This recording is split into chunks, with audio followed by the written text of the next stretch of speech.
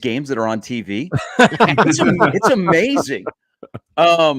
I think on the second go around, and I initially thought this and gave credit to Illinois yesterday. Illinois had a really good game plan. Mhm. They came with a sound game plan, and if they were going to get beat, it was because the team across the field from them was better, and Nebraska shot themselves in the foot. Nebraska had plenty of opportunities, but I thought Illinois came to play, and they played a solid Big Ten game where, especially in the second half, they matched Nebraska on the offensive side, from Illinois offense to Nebraska defense. They matched scheme, alignment, and personnel on par.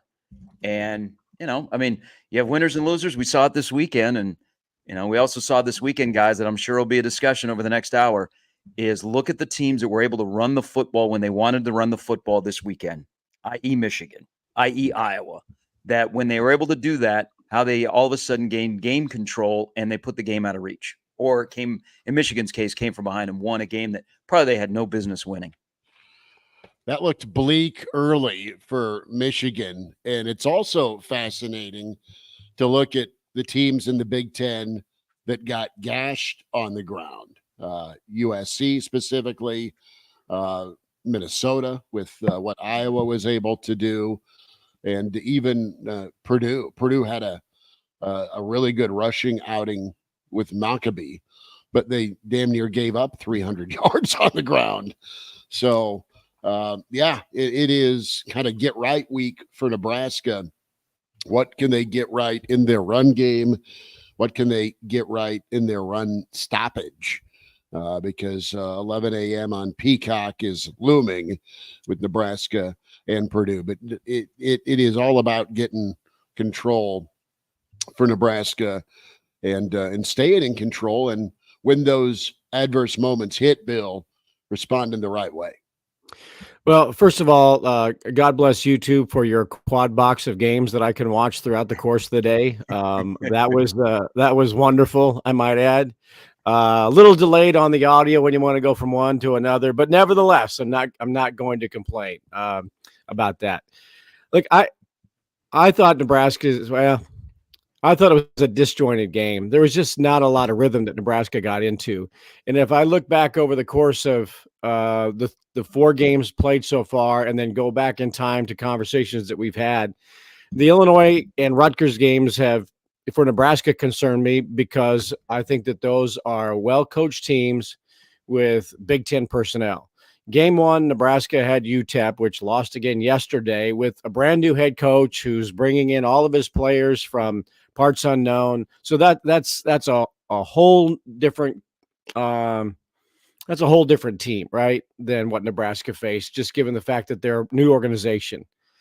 Colorado has that coach, and they are what they are. They've got great athletes schematically. You really don't know. I thought Northern Iowa was extremely well coached. Just they don't have the players, they don't have the personnel. But I thought that was a good tune-up for Nebraska because they saw a lot of fundamental looks, and Northern Iowa did a lot of what it wanted to do, especially on its opening drive.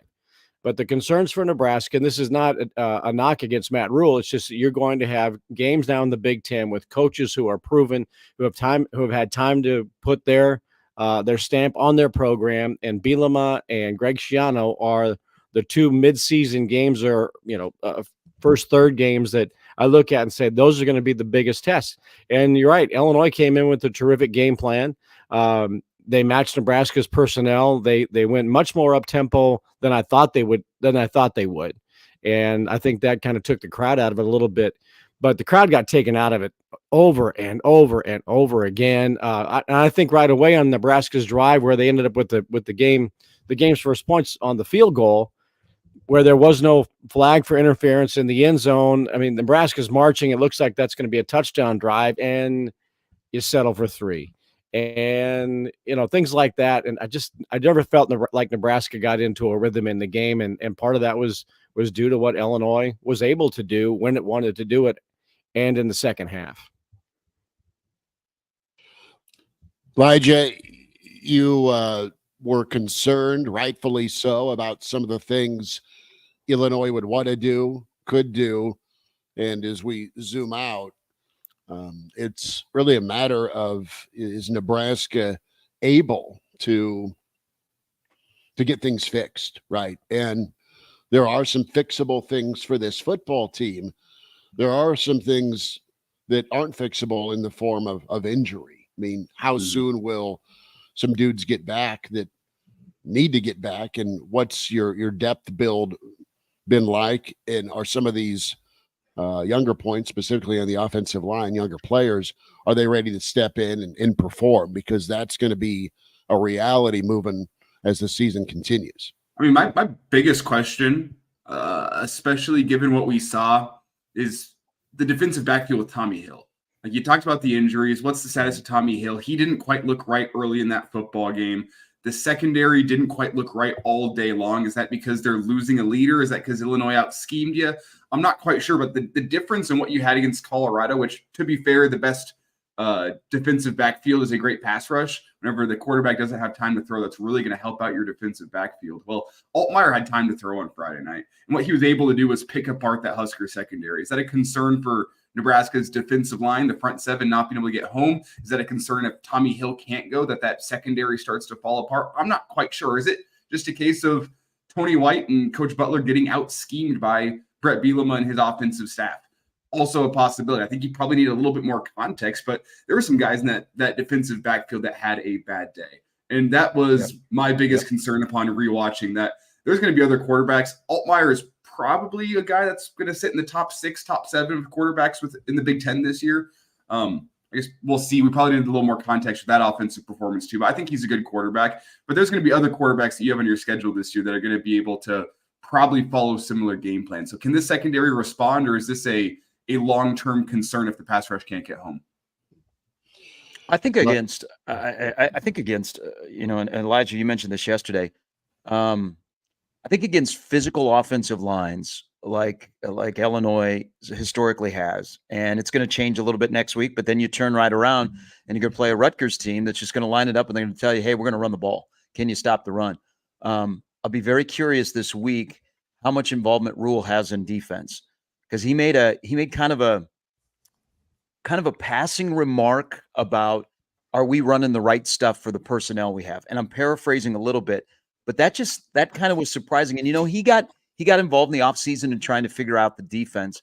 But I think one thing that also hurt Nebraska on Friday night is when their offensive linemen would get to the second level, Nebraska's linebackers could have no separation. They just got swallowed up. And, Bullock is a really good football player. They had to drop him to the outside because he was getting washed out. So they were going to wash out Nash, and then they were going to get to the second level on the linebackers.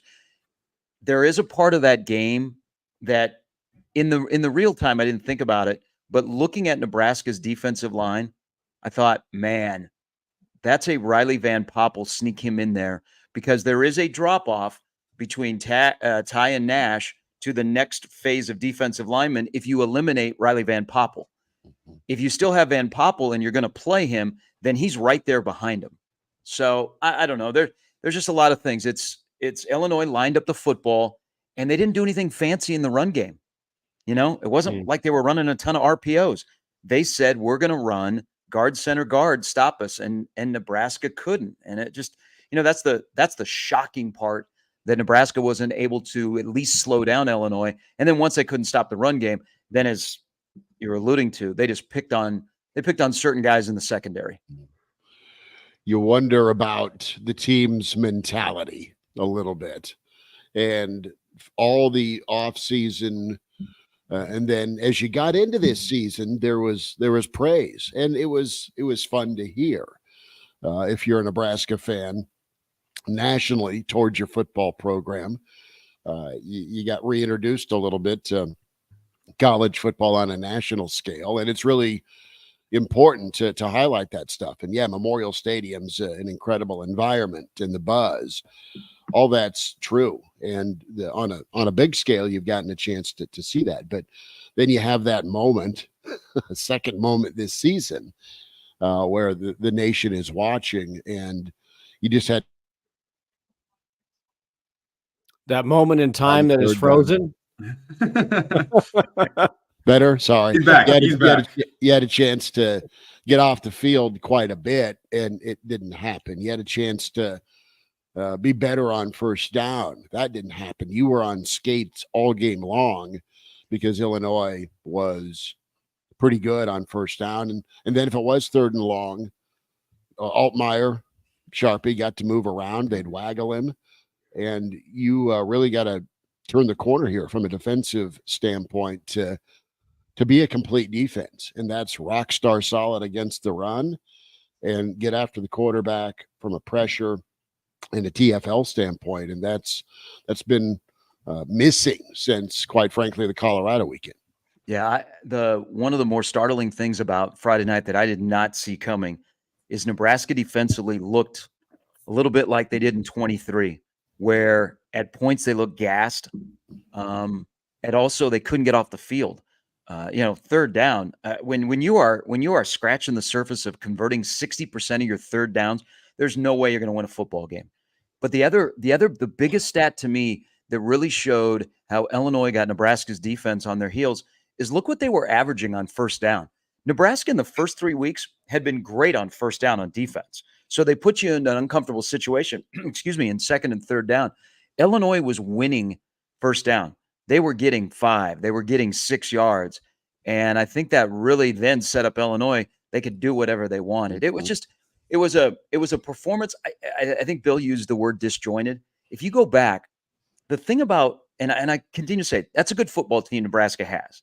But it's not like the problem was the team across the side of the field. There was their problem was it was themselves, So how do you handle that this week of not, oh man, we just got beat by a better team? Illinois deserves credit, but a lot of it is, man, we did this to ourselves again. And I watch college football on Saturday and I see teams that are finding a way, even when they don't have everything going their way or creating breaks or getting breaks, whether it be officiating or whatever. Can you find a way to win a game? And Nebraska, again, couldn't do it. So it's the same movie. We watched all the same movie again Friday night.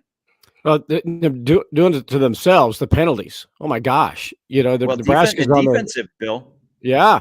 I think there were 9 or 10 penalties on Nebraska in the game, and there may have been 10 and one wasn't accepted. But I think there were 4 or 5 15-yard variety that were tacked on to, plays that gained, 8, 9, 10 yards, picked up a first down, then another 15 on a face mask, twisting the face mask penalty. That was the same thing that, they did in Colorado nearing double-digit penalties. They had 3 against Northern Iowa. That was part of the rhythm again, that the penalties were deflating for that team. Now, look, I'm going to go back to that first drive, and I've got a beef with this. When Nebraska's moving the football and the Illinois defensive back decides, I'm just going to take a rest right now. And they stop the clock for the Illinois injury, and Miyagi comes out and hand slaps, and all of a sudden he's able to get back out there for the All Valley Karate Championship. That's where rhythm got disrupted, and Nebraska. There's no penalty flag called on the pass. It should have been a new set of downs inside the 3, but that something's got to be done about taking a rest and feigning injury and then coming back out on the field. I don't know when the player came back out, but to me, if you have an injury defensively, maybe you got to sit out the rest of the drive. If there's something, there's just got to be something. Kirk Herbstreit alluded to it last night in the Oklahoma-Tennessee game, that the same thing's going on. No, it's not illegal, but it's unethical as hell. I totally agree with that. Mm-hmm. And that was a disruptive moment in the game, early in the game. And that's all of that. Nebraska, that happens. There's no penalty on the play to the end zone. They get the field goal, and Corcoran gets hurt. All in like 10 minutes. And then there's a long TV timeout. And that, to me, was right there that set the tone for the rhythm of the game. And it was no rhythm. It was like me on the dance floor. Well, that's just the rhythmless football games. That's just modern college football with all the TV timeouts, all the media timeouts you're going to get. Yeah. It's not the same game as 15 years ago. That's an aside from what happened in the game. But the game 15 years ago of games getting done in under 3 hours, that is a bygone era. I'm going to give you an example of that, too. I was doing a game many years ago. I think it was at Northern Arizona. It was a Big Sky game. And Northern Arizona was out of timeouts, and I just happened to be looked down on the field, and they needed to stop the clock in some way. And the quarterback looks at one of his offensive linemen and starts pointing down. And the big guy goes down, and he's just sitting there like he's hanging out on the beach, making a sandcastle. And the trainers come out on the field, and two of the trainers look at the quarterback like, what do you want us to do? Get the cart. And they both start massaging this offensive lineman's calves, and like, is this enough? I was watching this transpire on the field, and big guy got up, walked out. I don't remember what happened in the game, but I'll never forget the quarterback pointing like, you need to go down. So he sits there, just in a heap. But that's got to change. Something has got to change in college football for that. When NFL football, that 3:30 window gets going here in a little bit, I might try that with the lovely wife. Just plop down and see if I get a calf massage for the first time. It's not the reason why Nebraska lost, but it just frosts me when I see that. Oh, sorry to use that term. It's all right. She won't give you a calf massage. She'll just give you a jar of pickle juice and say, or like in soccer where they just spray that stuff. The magic spray. The magic spray. The Curachrome. She will throw the jar of pickles at me. It's the Average Joe Sports Show Sunday Live pod. You're welcome to jump in on the stream on YouTube is where you can find us, like and subscribe. We can't thank you enough. A lot of new subscribers here this month. And Spotify and iTunes is also where you can subscribe and download the Average Joe Sports Show. Gary Sharp, Bill Doleman, Elijah Herbel, Chris Schmidt will dive into, some prescriptions for Nebraska's run game in a little bit and a little bit of a tour around the Big Ten. You wanted to jump in, Elijah? Yeah, can I ask a question for the room here? Joel Klatt was asked this on Twitter last night. He was asked, was the national media underrating Illinois or overrating Nebraska? And tossing the Illinois thing to the side, do you think that performance shows that we have overrated this Nebraska team? Well, what's your take on that? Is the team overrated, or was it a bad day at the office? I'd say the Nebraska team has the capability to be a ranked team. I think there's enough talent to be that. So I don't think they've been overrated. I think that's pretty apparent. You've got a really big time difference maker at quarterback. That is a good formula. What needs to happen is defense needs to get back to being the defense that you saw from a year ago, and have that attitude, that edge. So I don't think they're overrated at all. I just think they got beat. They got beat and they got outcoached, and they have a chance the rest of this month and into October to get better as a football team. Does that happen? Traditionally, it happens with Matt Rule. They kind of ramp up. No, I don't think they're overrated. I just think they got smacked around and they weren't ready for it. I'm interested to see how they respond. If they don't respond the right way, if there's another loss or two on the tab before Columbus, I'll reassess and say for sure they were overrated. But right now, no. In a one-off, they got beaten overtime in a game they could have put away the last 4 minutes of the fourth quarter. I think they're a yard away from being 4-0. If Dylan Raiola completes the pass to Lindenmeyer on a well-executed play, except for the finish, Nebraska's 4-0. So that's the game of inches. God, I hate cliches. That football is. But if he executes that pass as he had through the first three games, we're talking about a different result, and what a hard-fought Big Ten battle that was. And Nebraska was fortunate to come out on top, made some mistakes, but they got the win at home, and people will remember the 400th consecutive sellout for what an exciting game it was. Yeah. But he overthrew it by a yard. Mm-hmm. And you've got a field goal kicker, backup field goal kicker who came into the game and missed a field goal he should have made. So it wasn't as though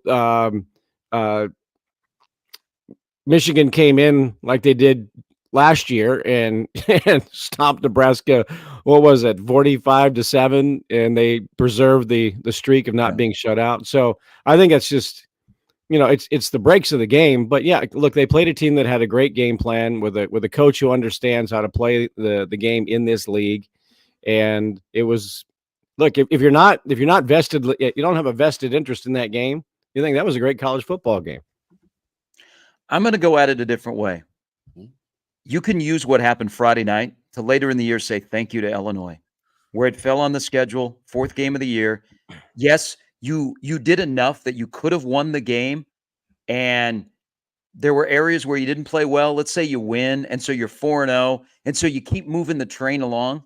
But when you lose a game like Friday night, where it exposes some things that still plague Nebraska in one-score games, and it exposes some in-game coaching decisions, I think you can use this game to later in the season say thank you to Illinois because you were the wake-up call. You exposed some things that we kind of knew, but we didn't want to admit. And also, you slapped us in the face. And there's one thing about this football team through 4 games. And again, they're a good football team, and there is noticeable progress. I mean, they are better than they were last year. And they still have a lot of things in front of them.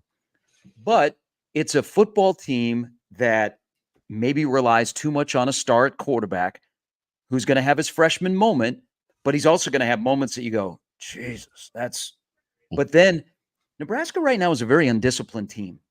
Okay. And it's not just Friday night. It's kind of been that way through the year. They have not been they have not been for long stretches on point where I think they can get to. So, they were undisciplined. They were sloppy at times. And I'm not saying turnovers, but route running or picking up a block or just simple things, those minor details that they preached about all offseason. So I'm hoping later in the year you can look back and go, hey, Illinois is a good football team, and we thank them for helping us because we learned more from Friday night than we would have learned if we would have been able to pull out the game and celebrate a walk-on kicker, kicking a field goal to get us a 3-point win. It's what I said a couple of weeks ago that Nebraska's volleyball team may have won a national championship the night they lost to SMU. As embarrassing as now that match wasn't close, but they have been a different team since that night in Dallas, and they have been much more focused, much more together, played at a much higher level than they had been prior to going down there. And different sport, but I believe the principle is the same, Gary, that, this might be the game where they didn't lose to Northern Iowa. You're going, what the hell happened? They lost to an Illinois team that's ranked 24th, and Brett Bielema's got the team that he wants. So better from it, move on. One thing, another thing I'd like to throw the book out on is the coin toss in overtime that just says, the book says, well, you go on defense every time first. Well, why not go on offense first, set the tone, figure out what you got, and tell your defense, okay, get them out, keep them out of the end zone if we only managed a field goal. There's something about it that just seems those teams that come out on offense second, I know if the defense stops them, you kick a field goal, you win the game. But so often, I think that you got to go with what might be your strongest suit. And for Nebraska, put the ball in the end zone. You're probably not going to get a field goal. You may not be confident in that, but I would like to have seen Nebraska get aggressive, get into the end zone instead of having to play from behind in that situation with Raiola. Because you look at the beginning of games, Nebraska has scored on its opening drives all the time. Yeah, I don't know. I know I'm in the minority on that. Yeah, Totally. And I'm approaching it whether to go on offense or defense. Nebraska was not prepared for overtime. Okay, in my mind, Nebraska, that game ended when Raiola had a rare miss in the end zone to Lindenmeyer. You could feel the vibe because then, oh my God, we got to put a guy out there to kick a 39-yard field goal, and we have no confidence in him. And I thought in Nebraska, and this is just my read, the game ended when they missed an open guy in the end zone on 3rd and 3.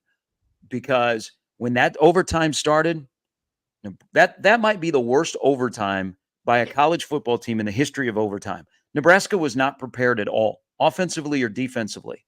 Now, running cover 0, smart play. You just overwhelm a freshman quarterback, and it's a numbers game. But still, offense, defense, Nebraska wasn't prepared. So I think when it didn't happen, you went, oh, no, here we go again.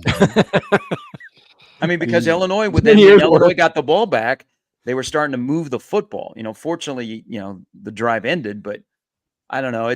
It's Nebraska still, they just need that one game where they get over the hump, where in winning moments, you make winning plays. Illinois did that. Nebraska has the right guys, but they just don't have the DNA yet to get over the top and make a play and win a game where you go, yeah, finally. And then you wake up the next morning and go, man, can we do it again? Yep. It was a weird game that you could just beat yourself up if you go inside of it, but you got to flush it and you got to move on quickly. Elijah, what do you say? I say, well, I think we'll have a lot more context about this game next week as Illinois goes and takes on Penn State. I'll be watching that one eagerly, just trying to get more context about what it is. Illinois, I still don't think we know how great Kansas is. I don't think we know how great Nebraska is. I think Nebraska is much improved. I think we can see that. Are they 7-5 improved, 8-4, 9-3? All that remains to be seen. I don't think 9-3 is an expectation for this year, but I'm excited to see what Illinois does against a team in Penn State that I think may be a little bit overrated, and I think Illinois may be a little bit underrated. So I'm looking forward to getting a little bit more context just about what that Illinois team is. Are they Minnesota circa 2019, whenever Nebraska went up to Minnesota and got smacked around, and you thought, oh man, this Nebraska team might suck? Well, turns out that Minnesota team that year was pretty good. And Nebraska didn't get smacked around on Saturday. I think a lot of Husker fans had underrated what this Illinois team is, but we'll get a much better idea next week. Because I'm curious to see. Penn State always has a decent defense, good rushing attack. We'll see how long James Franklin is for Penn State. Like, that could be a loss that gets the seat a little bit hot for James Franklin, considering the expectations. But I'll just be curious to see what does that Illinois team do against a team that we know has good athletes, to get a little more context. I think that'll be a good one. I'm amused by, real quick, Anonymous saying the way overtimes are going are trending. The next time we'll give up a safety. Could happen. I mean, the stat that is out there about Nebraska not scoring in overtime since 2014, and that the last 27 plays that Nebraska has run in overtime, it's minus 20 yards. And I know a big part of that was what happened on Friday night with the sacks, but I mean, that's tough to do. I mean, you could fall out of bed and maybe get, some success in overtime, maybe kick a field goal. I mean, that's you can't even wrap your arms around that stat. I mean, that's last just time they scored. Was that Kenny Bell in Iowa in overtime? Yeah, Bo Pelini was the head coach here. Uh-huh. I mean, Bo's sitting on his back porch drinking coffee this morning in Youngstown. Uh-huh. Has there ever been a safety in overtime? Oh, God. Not yet. Well, Not do yet. you remember that one play? I don't think it was overtime, but I think it was Louisiana Tech probably 5 years ago, where they ended up fumbling that snap on second and goal, and it ends up being second and goal from their own 2 yard, or third and goal from their own 2 yard line. Yeah. That would be something Nebraska could somehow find a way to do in overtime. That'd be kind of fun. I like the overtimes that have Hail Marys that end up with incredible plays or incredible stops. I kind of like that stuff. You know what I don't like, and I think this leads us into this is a discussion that is still plaguing Nebraska, and they got to get this fixed. And whether they fix it right now or they fix it at the end of the season, special teams is killing Nebraska. Oh, yeah. Okay, in key moments. And I'm watching the Vandy-Mizzou game, and Vandy has a chance to tie it in overtime, and their kicker shanks one. And you're like, man, kickers. And trust me, it's harder to kick in college than it is in the NFL because of the hash marks. But still, Nebraska, they have more stats that are out there about Nebraska's field goal kicking. They are basically a crapshoot in the last 3 years. It's 50-50 proposition that you're going to make a field goal regardless of how long away it is. But from the ball being snapped by the long snapper, where the laces are not in the right position for Hull to kick the field goal, to just not smart special teams. Buschini's punt was not supposed to go where it went. I mean, I thought we were back to Michigan State again, where you punt it to the wrong side of the field and the guy houses it and you're like, whoa, what just happened? They've got a special teams problem, and it's ironic that Ed Foley earlier in the week said, man, we don't want to be the reason, we don't want to be the unit, the reason Nebraska loses. Everybody has to take full account for the loss on Friday night, but that's an area that has been a problem and still continues to be a problem, and I think it affects how you operate on offense and defense, knowing if you're going to get a boost from that side of the ball or that phase of the ball or not. And I would say across all phases of special teams, it wasn't just kicking. Kickoff coverage was poor. You have the one punt that goes, I think it was like a 40-yard return where Buschini makes the tackle, where it's because Buschini punted it the wrong way. You could see it from the press box. All the guys are running left, the punt's going right, and they have an open lane. We talk about punt returns. Illinois beat Nebraska in that phase of the game. They were hanging him high and not giving Garcia Castaneda any room to run. Like Illinois, across all 4 of the major phases of special teams, field goal kicking, kickoffs, kick returns, punting, they won all of them. Let's get some shout outs here as we're about a half hour into the live Sunday edition of the Average Joe Sports Show. Bill Doleman, Gary Sharp, Elijah Herbel, Chris Schmidt, as Walter from Philly checks in. How many more years will it take to understand to win in the Big Ten? You must stop the run. Yeah, tell that to USC. Right. Tuck says this show ain't average. Just saying. Appreciate you, Tuck, for jumping in with that. Brian's in. The Snitley boys are in as well. And more your comments and input is appreciated. The BA Coaches Show, new subscriber here. Tough one Friday. Glad to have an extra day to process it. Shout out, Ben. Yes, for sure. Let's talk about that topic of running the football, stopping the run. Do we see moving forward more Hinrich Harberg? Because right now Nebraska with the running back run game or the handoff run game is not awful, but they're not dominant.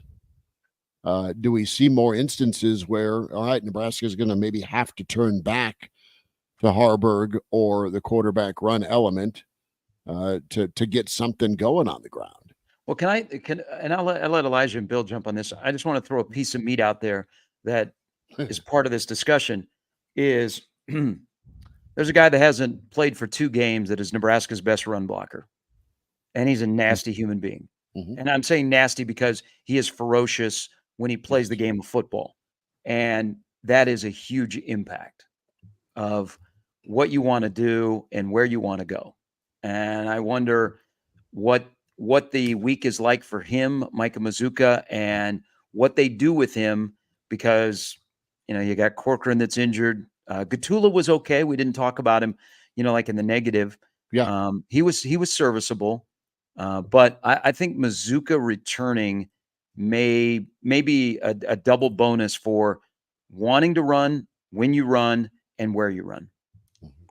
And I think he can play both guard positions too. So that there's some depth with him being on the field, in addition to the way he plays when he's on the field. So you're right. That was a huge deal, especially with the early loss to Corcoran, which I think really kind of threw whatever plans Nebraska had in its run game, trying to find, somebody to come into that left tackle spot for the second time this season, because that's, that was Prohaska's spot.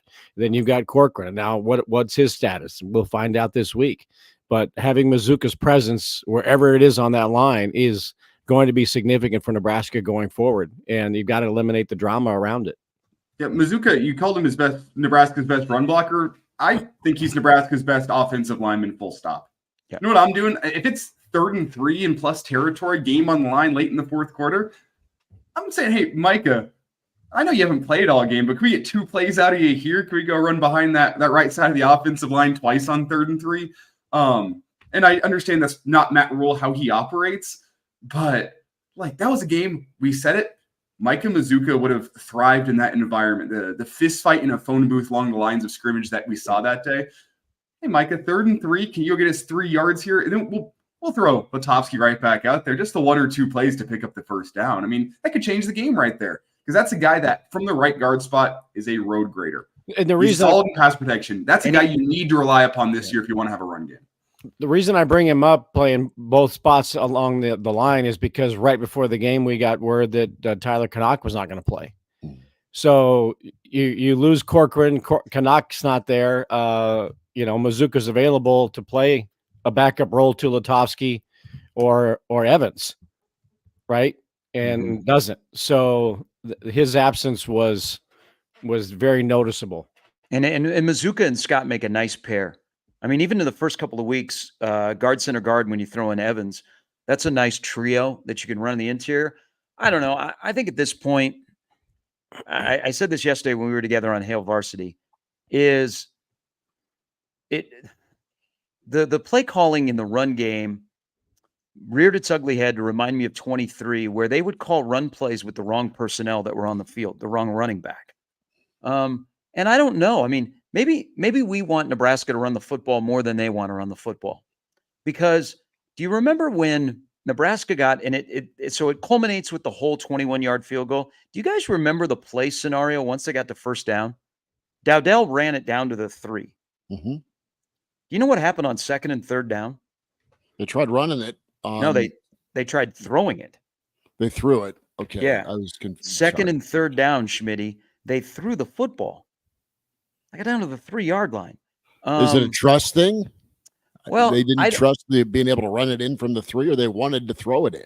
I don't know. That was just very, very peculiar because they were first and goal at the 5. They banged for 2. Mm-hmm. They were feeling pretty good, and then it's pass, and I mean, it is Raiola, and you think, man, we've run the fade. Hell, we watched him back in the first part of August run a fade from the 5, and I thought a guy next to me was going to have a heart attack.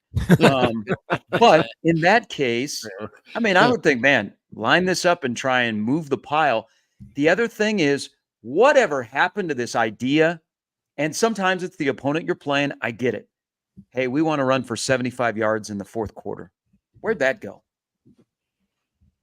Well, it's wanting to be physical, and I think they want to be balanced, sure, but they want to be a lot of different things right now.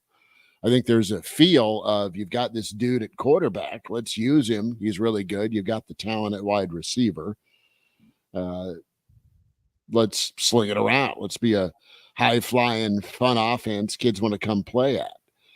The other part of it is the meat and potatoes portion that you need to live on in the Big Ten, is being able to run the football and inflict your will. Now,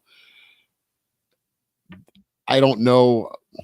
I don't think they want to be a run-first football team. They may say they want to, and maybe they do want to be, but they can't be right now. The Mazuka part of it, it's obvious, right? I mean, that's a monster difference. I think you could follow that blueprint, Schmitty, if you had all Big Ten wide receivers and a plethora of them. Elijah, and I'll let you go into this, and I think you ought to bring this up because you pointed out really well yesterday, and it coincides with the running game, is Nebraska's inability of wide receivers to beat man coverage. If Nebraska is able to run the ball, that means more guys got to come down to the box, and that allows the wide receivers on the outside. It's not as much of a hassle to trying to find a way to get open. I mean, they all go hand in hand, but the other part of the run game is, I like Dowdell, but we know what he is. He's a hammer. He likes running the interior, and you know what? If there's a guy up in the 15th row of Section 19 that deserves to get knocked down, he's going to run up there and knock him down and then get back on the field and keep running. I mean, he likes that. But I thought there were moments where Nebraska needed to bounce it to the outside and maybe keep your fingers crossed that a wide receiver would block on the perimeter, and Emmett Johnson was on the sidelines. But that's just me inserting that. But Elijah, I think you should explain your thoughts on the Nebraska's lack of having man beaters on the outside and how that coincides with the rushing game.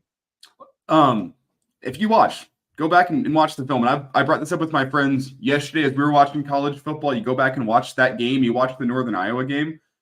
Nebraska's offense changes whenever teams are able to play man coverage, when teams are able to stay in front of the wide receivers. And how I think I've broken it down is, with Banks and Nayor, they're guys that the crispness of their breaks and their routes isn't where you'd like it to be. But the guys that do have that crispness in their routes, we're talking the Barneys and the Lloyds of the world, struggle to beat that press coverage, where guys get up in their face and now they struggle to get off the line of scrimmage and get open. It's a real problem. And I think Nebraska's wide receivers are fine against zone. That's where Dylan Raiola really excels. Recognizing what defense a team is running from a zone point of view and finding the soft spot in the zone, he's been doing that with success all year long. That's going to continue. I think he's able to find the right guy in man coverage. It's a question of how much separation are guys getting in man coverage. He had to make some pretty incredible throws in that game on Friday night in order to get there's one where on third down where Banks had to go real high for it because he had a defender draped all over his back. You have you have the one with Nayor in the end zone where Dylan Raiola makes a damn near perfect throw. Nayor goes up and gets it, and you have a great play by the defensive back. Why? It's because the defensive back is draped all over Nayor. Whenever teams go man coverage against Nebraska, Nebraska's offense changes with what you can do throwing the football. And I think from watching college football yesterday, looking around the college football world, there's not many quarterbacks in the country that play like Dylan Raiola does. Is he perfect? No. But is he better than what most teams have at the quarterback position? Yes. That's why I think Nebraska is comfortable throwing the ball around the yard a little bit, because I do think the guy you have at quarterback gives you a good chance to go win football games if you put the ball in his hands and let him go be a playmaker. Not many teams have that, but you have to balance it with the run. And one thing that I've noticed, Gary, since Mazuka's been out the past 2 games, Nebraska had a bread and butter play, or I guess 2 plays with power and counter on that right side. They ran it with great success against UTEP. They ran it with great success against Colorado. Have barely seen it against Northern Iowa and Illinois. It's that simple, both power and counter, where you have the wall side, the Ben Hart, the Mazuka, Ben Scott, they're walling down and getting movement to the left. And then you pull Justin Evans, who's an athlete at the guard spot, around and be your lead blocker on power, or he kicks out on counter and you have one of your tight ends pull up into the hole. That was making Nebraska 5 to 10 yards every single time whenever they ran it against UTEP, against Colorado. You have barely seen it against Northern Iowa and Illinois. I think that's one of the impacts of losing Mazuka is that power that you have on the right side isn't there like it was before. And whenever you lose that play, you're going one-on-one straight blocks. The running backs with zone concepts, aside from Emmett Johnson, don't necessarily have the vision to make that kind of play. You need to get Dowdell going downhill with a clearly defined hole. That's where he's at his best. And you haven't been able to run those power and counter type concepts since Mazuka's been out. You got to see a lot of movement and push and force. And it's a really nice combo if you're wanting to call a run game, Bill, or a run play with Mazuka, with Ben Hart, with Scott, and then Dowdell ready to murder you as you're getting pushed on that line of scrimmage. But that's been absent. That's a nails illustration by you, Elijah. Looking at that final drive that ended empty with the missed field goal, from a balance standpoint, you had 5 run plays called, 5 pass plays called in a 10-play, 5-minute drive. You came up empty on that could have seized the ball game for you. So you just got to kind of lean on what's working for you. And right now, what's working more times than not, what's more trustable is, hey, Dylan, go make a play. Go find an open receiver. Yeah. How many times right now? I've said this many times over the last couple of weeks. You don't see Nebraska popping off the 10 to 15 yard gain consistently in the run game. Yeah, they're averaging 4 to 5 yards per carry, 4 to 5 yards per carry. Okay, that can move the sticks if you do that consistently enough. But the plays where there are up the middle, even with the wall you're talking about, Elijah, you're not seeing consistent double-digit yards in a carry. And I'm not talking about the breakaway. Michigan couldn't run the ball in the second half until that long run at the very end.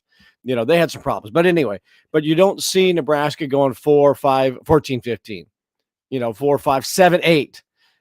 It's for the most part, those runs are not getting big chunk yards on a consistent basis. If you have a sustained drive of 9 plays, 2 of them aren't 15-yard runs. 3 of them aren't 15-yard runs. And I think that's what they've got to have. And I don't know why that is. Are they not seeing the hole and cutting the right way? Is it the wrong personnel, Gary? As you mentioned earlier, that, a play that's called for a run play that's called, and it's Ramir Johnson is in there. Well, we all know he's a much more shifty back and is a weapon out of the backfield with double-digit catches this season. But getting the right back in there with the right play call, that you are going to get first downs moving the chain with 1 carry of the football. That's not been something we have seen consistently this season for this team. And real quick about the play calling inside the 5, it's flashing me back to Maryland last year, because Nebraska ran the ball to get down to that position and then threw the interception.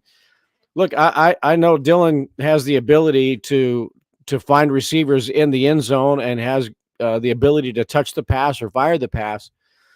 But if you've got it first and goal inside the 5 or second down and goal inside the 5 and a couple of extra plays to work with, why not put Hinrich Harberg in there and let him at 6'5", 230, a great athlete with good leg drive, get behind Ben Scott, Evans, maybe it's Mazuka, he doesn't play, Lutovsky. You would think that quarterback might give you that Taysom Hill, I don't want to say Jalen Hurts push, but give you that versatile quarterback that can sneak it for a yard, 2, maybe even 3, and you get the Husker push, but can also make you think he might throw it. And maybe he gets to the outside and can cut up and get you those 3 yards into the end zone. You've got that card in the deck. Play it inside the 5, make that defense think, or just go man to man and see who can get the best drive into the end zone. But I would love to have seen Harberg in there just for one play inside the 5 and try to get some points on the board. I want to see Harberg more, not just inside the 5, more in general. I think Harberg is a guy that can have a role in this offense between the 20s as well. That's not a guy that is just a goal line threat for you, because the point I made about man coverage, if you see some of the plays where Nebraska got good separation in man coverage, it's coming from the tight ends. You have Fedoni on a play action where he gets down to the 5-yard line and the defense forgets about him, because what does Fedoni do? He blocks, and now you go play action in man coverage. The man is too concerned about what Fedoni is going to do as a blocker, and he gets left wide open. It's the same thing with Lindenmeyer on that potential touchdown late in the game. They're running man coverage. He gets lost because you're so used to this tight end blocking. I think you could do something similar with Harberg. With his frames, he says 6'5", over 2 bills. He's got athleticism. He's faster than most linebackers. I'd love to see that guy Harberg, get more involved in the passing game, because I think he's a potential man beater for you coming out of the backfield, not to mention the way he stresses the defense, knowing, hey, that guy can throw the football too. That's a guy I think that can really be more utilized within your offense. And I understand you want to keep the backup quarterback healthy and safe, but at the end of the day, you also want to win football games. I think Harburg's a guy that gives you a better chance to win football games when he's on the field. Just the kind of athlete he is. I want to see him more involved in the offense in general, not just in the 20s, inside the 20, I should say. It's less than 100 days from Christmas. I would just like, and maybe his name's Jamarian Parker, I would just like Nebraska to have a home run hitter that can hit his head on the goalpost every time he gets and makes a cut and has green space in front of him. It pained me last night to watch Caleb Johnson in Iowa, who is one of the top running backs rushing yard wise in the country. The University of Iowa has a running back that leads the country in 30-plus yard runs. And Caleb Johnson is shifty, and he's got breakaway speed. That's another part of and this isn't new. I mean, we knew this, and in these kind of games, it kind of rears its ugly head. Nebraska doesn't have a guy that in a split second can hit their head on the goalpost. They really can't. They don't have a guy that can pull away when they get downfield. And so this is a big week for the coaching staff. Because sometimes you gotta scheme to get a running back down the field, or scheme to get a wide receiver down the field, instead of they're just so friggin' good. They're going to do it on their own. One jump cut and boom, they're gone. They're up the field. And that 8-yard run becomes 12 to 15. It's Gary Sharp, Bill Doleman, Elijah Herbel, Chris Schmidt, the Average Joe Sports Show. Sunday Live. Guys, going to wind down with some impressions as we head into another week of Big Ten play.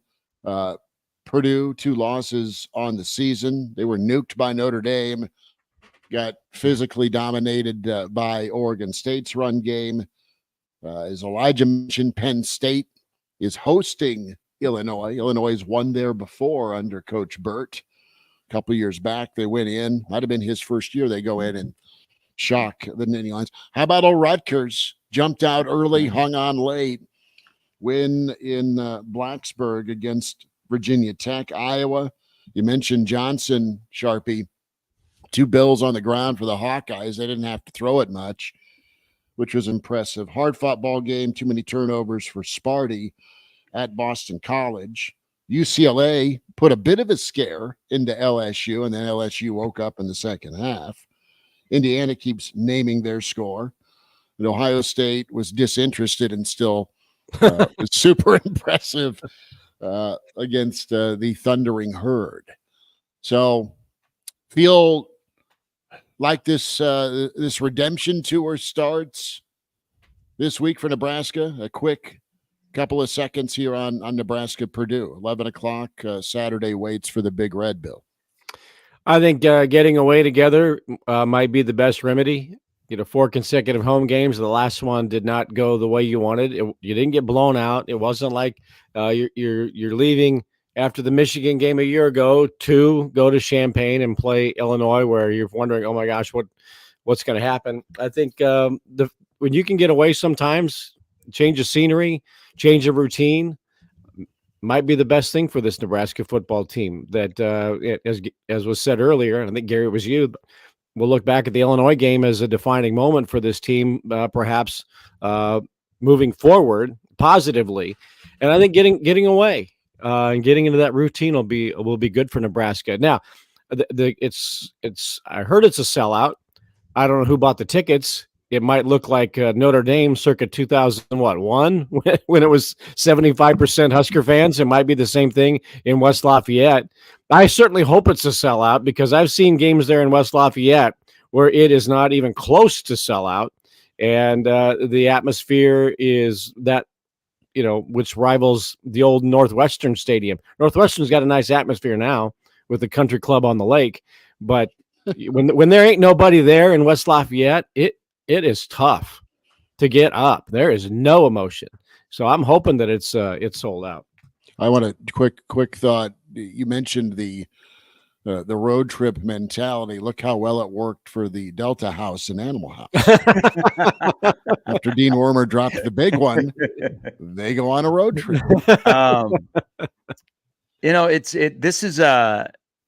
This is a week where Nebraska went a week where people were patting them on the back. And I think I got some vibes on Friday night that some guys maybe read some press clippings and maybe thought they were better than they were. Now they got a wake-up call, especially on defense, because playmakers got to show up. I can't go into a Big Ten game when I have some legit all Big Ten candidates, and Sierra Wright is one of my best players. No offense to him.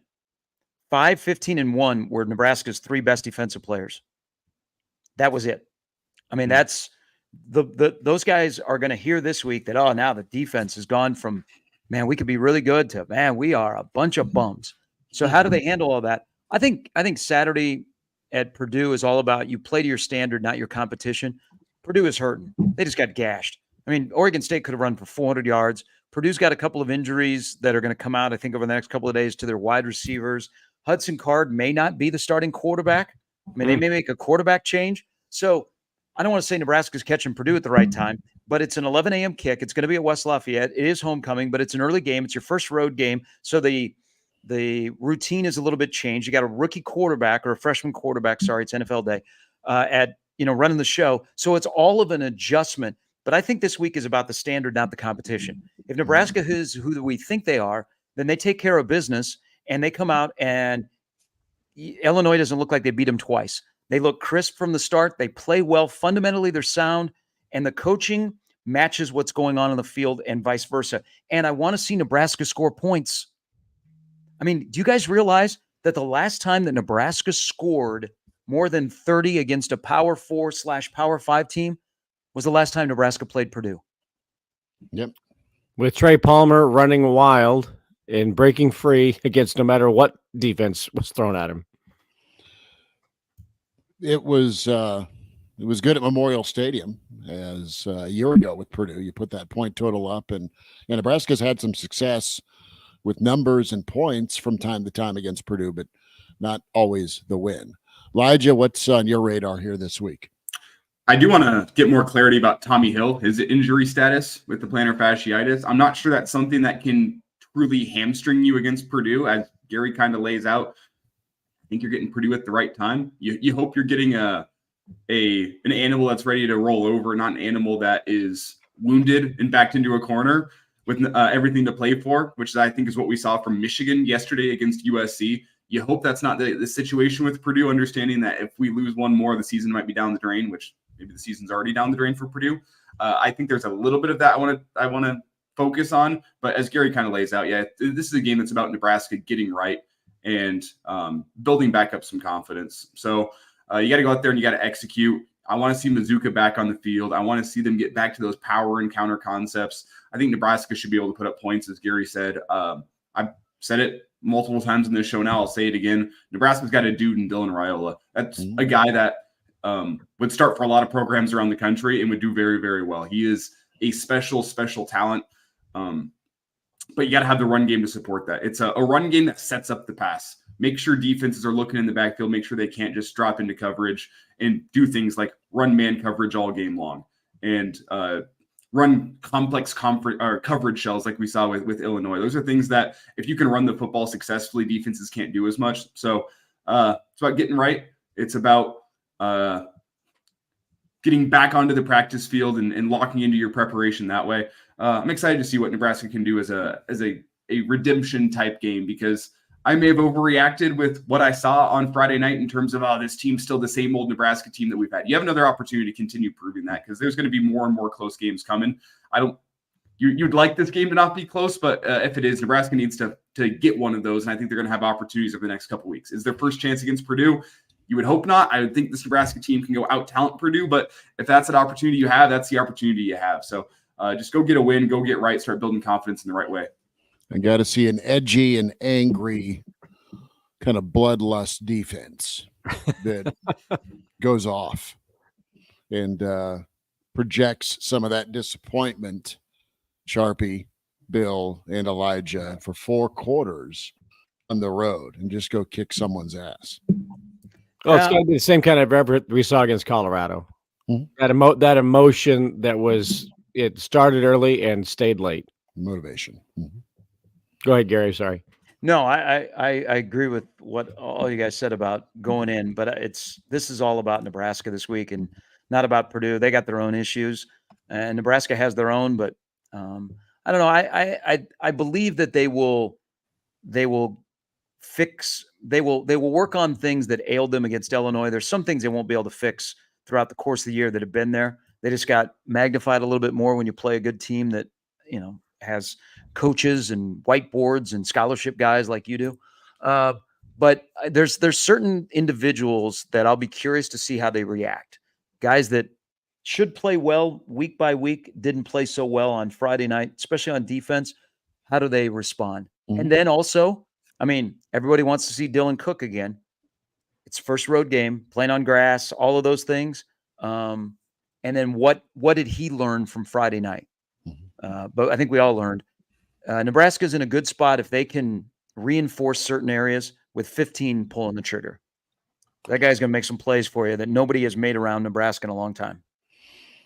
It's Gary Sharp, Bill Doleman, Elijah Herbel, Chris Schmidt. The Sunday Live winding down. Are you going to just give me one more thing, Elijah? Here? Yeah, one more thing here. If you want a positive to take away from Friday night, which I know this weekend's been about the negatives, but if you want a positive, it feels kind of nice. Nebraska's got a guy. If Nebraska has no sense of a running game at certain games this year, you got a guy at quarterback that can still put up points for you and keep you in football games. If you want a positive takeaway from it, I think that was proven. Illinois secondary is going to be one of the better secondaries Nebraska plays this year. And Dylan Raiola was still able to pull the strings and move that offense downfield. You lost because you didn't have a running game, but you were in that football game because you had a guy at quarterback that kept you in that football game. And if you want a reason for positivity moving forward, that's your reason for positivity out of that Illinois game. Fair enough. We'll see. And what's Illinois do at Penn State? More measuring, right? Yeah. Bill, Gary, Elijah, appreciate y'all. Thanks to all of you in the stream, and be sure to subscribe. Tell a buddy about the Average Joe Sports Show on YouTube. Like and subscribe. Spotify and iTunes to download. We'll be back with you midweek, getting ready for Nebraska, Purdue with the Average Joes.